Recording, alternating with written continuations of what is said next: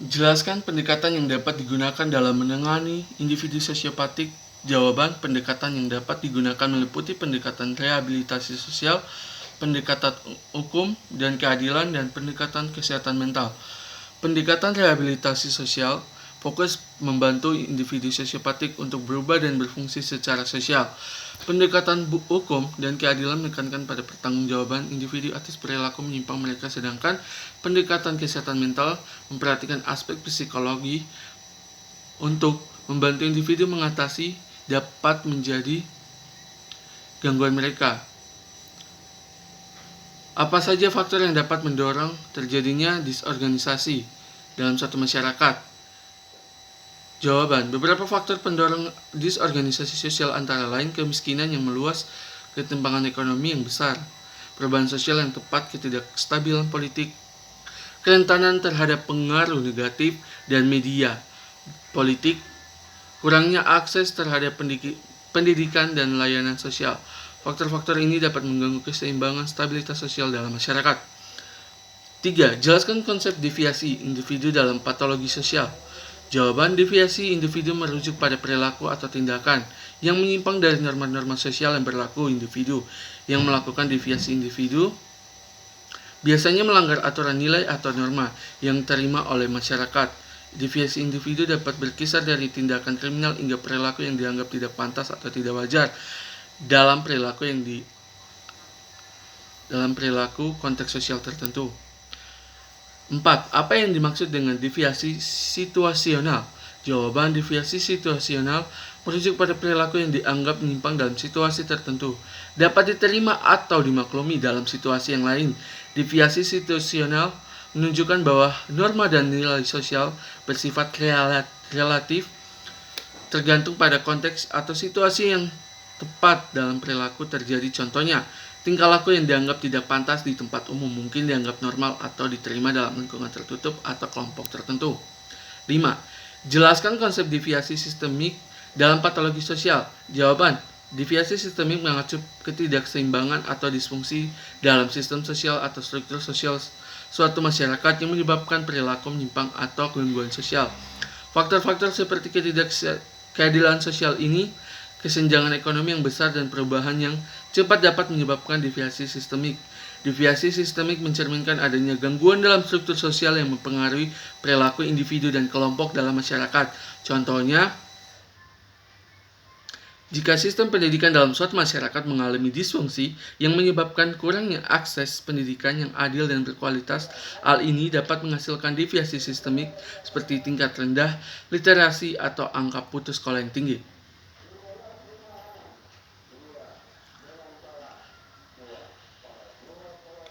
Apa yang dimaksud dengan mental disorder? Gangguan fisik pada sistem saraf manusia, ketidakseimbangan kimia dalam otak manusia, gangguan emosi dan perilaku signifikan, penyakit menular menyerang sistem pernapasan manusia. Jawaban adalah 3. Gangguan emosi dan perilaku yang signifikan. Faktor apa yang dapat menyebabkan terjadinya mental disorder? Faktor genetik, lingkungan, dan faktor sosial. Faktor kebugaran fisik dan pola makan yang buruk, paparan terhadap radiasi dan bahan kimia bahaya, penyakit menular seperti virus atau bakteri. Jawaban: faktor genetik, lingkungan, dan faktor sosial. 3. Teori biologis menyatakan bahwa mental disorder disebabkan oleh konflik internal dan ketidakseimbangan psikologis, ketidakmampuan adaptasi terhadap individu lingkungannya, keseimbangan zat kimia dalam otak, pengaruh buruk dari lingkungan sosial. Jawaban: ketidakseimbangan zat kimia dalam otak. 4. Apa yang dimaksud dengan kriminalitas? 1. Perilaku penyimpangan dan melanggar hukum, gangguan mental yang menyebabkan perilaku antisosial, aktivitas sosial yang bertujuan meningkatkan kualitas hidup, konflik sosial yang timbul akibat perbedaan kepentingan. Jawaban: perilaku menyimpang yang melanggar hukum. 5. Bagaimana kriminalitas biasanya digolongkan? Kriminalitas primer dan kriminalitas sekunder, kriminalitas individual dan kriminalitas kolektif, kriminalitas fisik dan kriminalitas non-fisik, kriminalitas ringan dan kriminalitas berat. Jawaban: kriminalitas individual dan kriminalitas kolektif. Kriminalitas teori-teorinya, kriminalitas dapat didefinisikan sebagai perilaku yang melanggar hukum.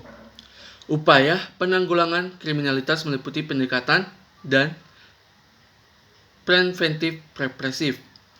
Pengertian perjudian adalah praktik yang melibatkan taruhan pada suatu hasil dengan harapan mendapatkan keuntungan finansial. Bertaruh. Faktor pendorong perjudian termaksud emosional, ekonomi, dan sosial, tekanan, kesulitan lingkungan. Berbagai bentuk perjudian meliputi perjudian kasino, perjudian olahraga, perjudian online, dan perjudian lotre. Pemberantasan perjudian melibatkan tindakan dan untuk membatasi akses dan menghukum pelaku perjudian legal adalah penegakan hukum regulasi.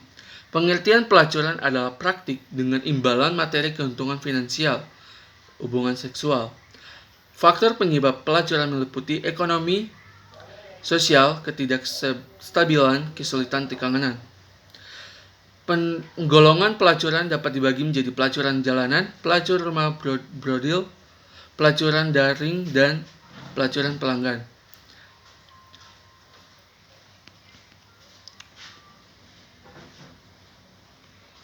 Upaya penanggulangan pelacuran meliputi pendekatan, pencegahan, dan rehabilitas penegakan hukum. Pengertian alkoholisme adalah terhadap alkohol yang menyebabkan ketergantungan fisik dan psikologi. Jawaban kecanduan.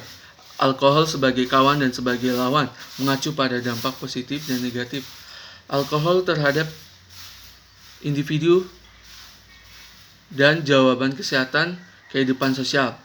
5 tipe alkoholisme termaksud alkoholisme kronis, alkoholisme akut, alkoholisme remaja, dan alkoholisme fungsional, dan alkoholisme sosial. Tipe akibat penyalahgunaan alkohol mencakup gangguan fisik seperti kerusakan hati, gangguan mental seperti depresi, gangguan perilaku seperti kekerasan, gangguan hubungan sosial, dan kerugian finansial. Pengertian narkoba yang memiliki efek psikoaktif dan dapat menyebabkan ketergantungan, zat-zat kimia atau obat-obat terlarang. Jelaskan 5 jenis narkoba yang sering disalahgunakan dan dampaknya terhadap individu dan masyarakat. 5 jenis narkotika yang sering disalahgunakan adalah ganja, kokain, heroin, amfetamin, dan metamfetamin. Ganja yang dapat menyebabkan efek euforia, gangguan memori, dan kehilangan motivasi, dan kokain. Heroin adalah narkotika yang sangat adiktif dan dapat menyebabkan gangguan fisik dan psikologis yang serius. Amfetamin dan metamfetamin memiliki efek stimulan yang kuat, dapat menyebabkan kecanduan, gangguan tidur, dan gangguan kesehatan mental. Gambarkan 3 strategi utama yang dapat dilakukan dalam upaya penanggulangan penyalahgunaan narkotika.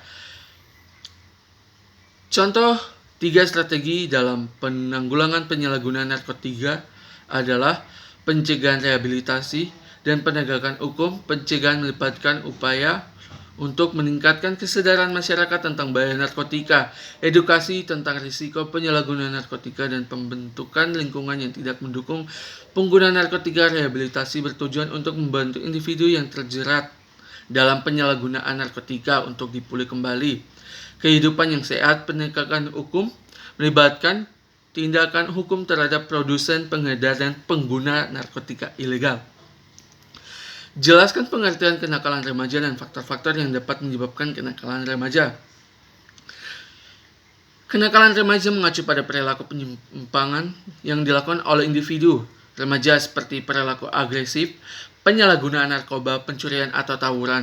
Faktor-faktor dapat menyebabkan kenakalan remaja termasuk faktor lingkungan, seperti lingkungan keluarga yang tidak stabil, pergaulan dengan teman sebaya di delinquen, dan kurangnya pengawasan orang tua. Faktor pendorong seperti ini, tekanan sosial, kurangnya keterlibatan sekolah, dan kurangnya pemenuhan kebutuhan emosional juga dapat berkontribusi terhadap kenakalan remaja. Jelaskan pengertian korupsi dan jelaskan mengapa korupsi dianggap sebagai masalah sosial yang serius. Contoh korupsi dapat didefinisikan sebagai penyalahgunaan kekuasaan publik atau kedudukan yang diberikan kepada seseorang untuk keuntungan pribadi atau kelompok, dan melanggar prinsip-prinsip integritas, transparansi, dan keadilan. Korupsi dianggap sebagai masalah sosial yang serius karena dampaknya yang merugikan masyarakat secara luas. Korupsi menghambat pembangunan ekonomi, mengurangi kepercayaan publik, mengurangi kepercayaan publik terhadap lembaga pemerintah, menciptakan keadilan sosial, dan menghambat kesejahteraan umum. Jelaskan hubungan antara korupsi dan modernisasi dalam konteks patologi sosial. Korupsi modernisasi memiliki hubungan yang kompleks dalam konteks patologi sosial.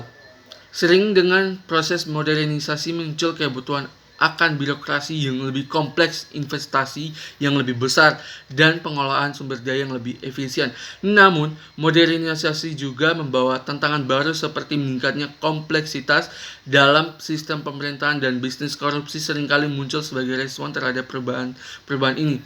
Ketika struktur pemerintahan dan ekonomi modern tidak diimbangi dengan integritas, transparansi, dan akuntabilitas yang memadai, kesempatan untuk praktik korupsi meningkat. Oleh karena itu penting untuk memahami dinamika hubungan antara korupsi dan modernisasi untuk mencegah terjadinya patologi sosial. Baik, sekian, terima kasih. Itulah hasil UAS dan UTS.